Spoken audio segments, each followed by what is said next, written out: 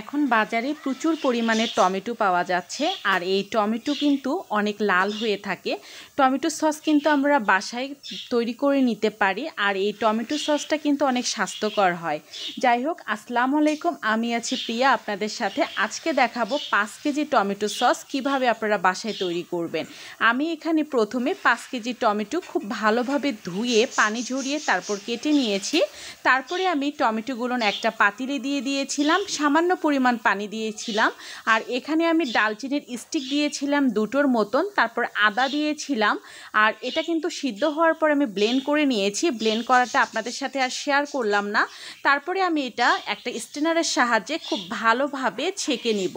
আর অবশ্যই এটা ছেঁকে নিতে হবে, তাছাড়া টমেটোর ভিতরে অনেক বীজ থাকে এবং টমেটোর পাতলা খোসাটা কিন্তু সসের মধ্যে থাকলে পারফেক্ট টমেটো সসটা একদমই হবে না।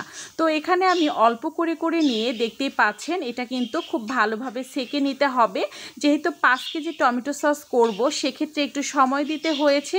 আর এভাবে টমেটো সসটা কিন্তু আপনারা 1 বছরের মতন সংরক্ষণ করতে পারেন। টমেটো সসের মধ্যে এখন আমি দিয়ে দিলাম চিনির এখানে 2 কাপের পরিমাণ আমি চিনি দিয়েছি। তারপর বিট লবণ দিয়ে দিব, প্রায় 1 টিস্পুনের মতো বিট লবণ দিয়ে দেব। আপনারা চাইলে নর্মাল লবণটাও ব্যবহার করতে পারেন, বিট লবণ দিলে টেস্টটা একটু আলাদা লাগে আমার কাছে। তারপরে আমি চিনির পরিমাণটা একটু বেশি দিয়েছি, কারণ আমার বাচ্চা খাবে, একটু মিষ্টি মিষ্টি আমি করব। তারপর খুব ভালোভাবে এটা মিক্সড করে নিব। তারপর এখানে দিয়ে দিব লাল মরিচের গুঁড়ো, যাতে কালারটা খুব সুন্দর আসে। আপনারা চাইলে এখানে মরিচটা সিদ্ধ করেও দিতে পারেন। আমি আবারও বলছি, আমার ছোট বাচ্চা খাবে, তাই আমি আসলে খুব বেশি স্পাইসি এটা করব না। তারপরে আমি লাল মরিচের গুঁড়ো দিয়ে দিলাম। আর এখানে চিনিটা আমার কাছে একটু কম লেগেছে, তারপরে আমি আর একটু চিনি দিয়ে দিয়েছি। আর এখানে যে কর্নফ্লাওয়ারটা আমি দিয়েছিলাম, সরি, আসলে কর্নফ্লাওয়ার দেওয়ার ক্লিপটা স্কিপ হয়ে গিয়েছে। এখানে 3 টেবিল স্পুন কর্নফ্লাওয়ার খুব সামান্য পানিতে আমি গুলিয়ে এখানে দিয়েছিলাম, এতে করে থিকনেসটা অনেক ভালো আসে। আপনারা নামি দামি ব্র্যান্ডের যে টমেটো সসগুলো হয়, সে টমেটো সসের মতন একদম থিকনেসটা আসবে। আর ফ্লেভারটা কিন্তু একদম আপনি বুঝতেই পারবেন না যে এটা আপনি আসলে বাসায় তৈরি করেছেন। তারপরে আমি খুব ভালোভাবে এটা মিক্সড করে নিব। আর টমেটো সসটা কিন্তু অনেক হেলদি বাচ্চাদের জন্য। বাহিরের যে টমেটো সসটা পাওয়া যায়, আমরা কিন্তু আসলে জানি না যে ওটা কিভাবে তৈরি হয়।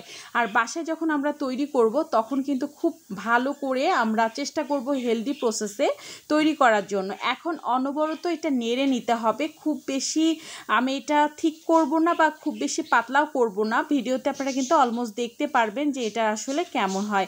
যাই হোক, আমি এটা অনবরত নেড়ে নিব। নাড়তে নাড়তে এটা খুব সুন্দর একটা কালার কিন্তু চলে আসবে। আর এখানে একটা কথা বলে রাখি, এই টমেটো সসটা কিন্তু আমি চেষ্টা করেছি একদম হেলদি প্রসেসে করার জন্য। আপনারা চাইলে কিন্তু এখানে একটু তেঁতুলও দিতে পারেন, একটু টকটক ভাবের জন্য, আসলে দেইনি। যাই হোক, তারপর দেখতে পাচ্ছেন কালারটা কিন্তু খুবই সুন্দর এসেছে। আর এটা টেস্ট আসলে আপনাদেরকে বলেই বোঝাতে পারবো না।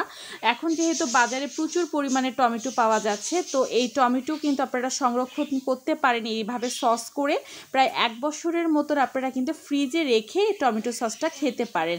তো ভিডিওটি যদি ভালো লেগে থাকে, অবশ্যই আমার চ্যানেলটিকে সাবস্ক্রাইব করে আমার পাশে থাকবেন। আর আমি চেষ্টা করেছি খুব সহজ প্রসেসে সামান্য কিছু ইনগ্রিডিয়েন্টস দিয়ে সসটা তৈরি করে দেখানোর জন্য। ভালো লাগলে অবশ্যই পাশে থাকবেন। আল্লাহ হাফেজ।